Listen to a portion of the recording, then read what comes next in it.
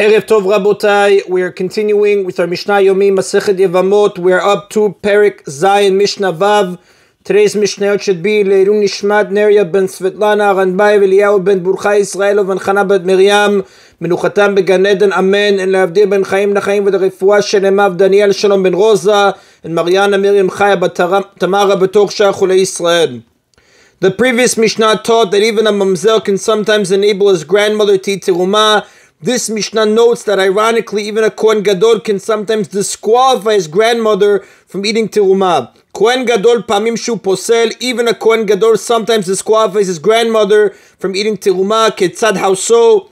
Bat Kohen Yisrael v'yalda menu bat. If a Kohen's daughter was married to Israel and had a daughter from him, Valcha bat v'nisel leChohen, and the daughter went and married a Kohen, v'yalda menu ben, and had a son from him, hareze ra'ui liot Kohen Gadol omed u'mshamesh al gabei hamizbeach. This son is fit to become a Kohen Gadol who stands and serves on top of the altar, meaning any fit Kohen is qualified to be chosen as the Kohen Gadol. And the law is as follows: Ma'achilet imo, he enables his mother, Israel, and his daughter, to eat terumah even after his father dies or divorces her, since he is her child from a Kohen. Uposel et em imo, but he disqualifies his mother's mother, a Kohen's daughter, from eating terumah because she now is a grandchild from her Israel husband. V'zot omer, and this woman, the grandmother, then says, Lo chibni Kohen Gadol, let there not be many like my son, my grandson, meaning the Kohen Gadol. She calls him her son because people view grandchildren like children. Shu posleni min terumah, who disqualifies me from eating terumah, meaning I appreciate my lowly grandson, a mamzer, who enables me to eat terumah more than a prominent grandson, a Kohen Gadol, who disqualifies me from eating terumah. The commentaries bring the Gemara on page 78 that discusses this Mishnah. We continue now with chapter 8, Mishnah 1. This Mishnah discusses whether certain Kohanim as well as their wives and slaves may eat terumah. He'arel, an uncircumcised Kohen, even a Kohen who has to remain uncircumcised because it would endanger his life, such as one whose brothers died as a result of their circumcision.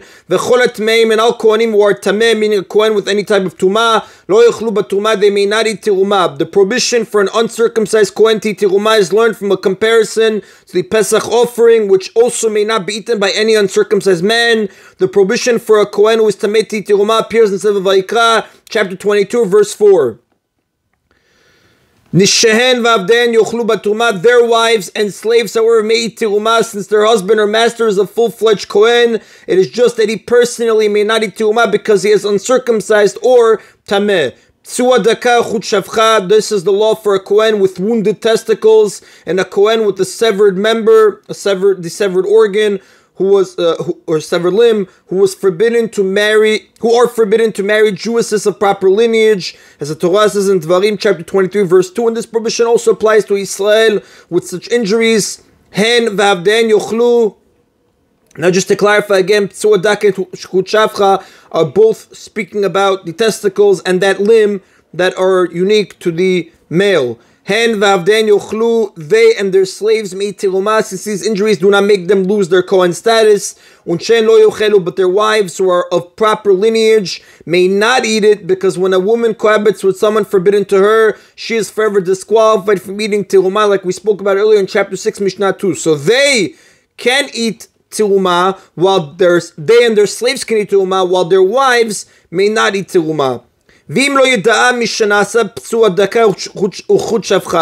If, however, the Kohen has not cohabited with her from the time his testicles were wounded or his member was severed, these wives may eat terumah, because a woman is not disqualified from eating terumah if she simply stays married to someone forbidden. Only cohabitation with him disqualifies her. The case here is that the Kohen had married the woman before suffering the injury. Since she had already begun eating terumah, she does not lose that right by staying married to him, as long as they do not cohabit. If they had married after his injury, then the marriage itself may have indeed disqualified her. This was a subject of dispute in chapter 6, Mishnah 3. And that is then Abu Taib today's Mishna Yomi. Baruch Adonai Leolam. Amen v'amen.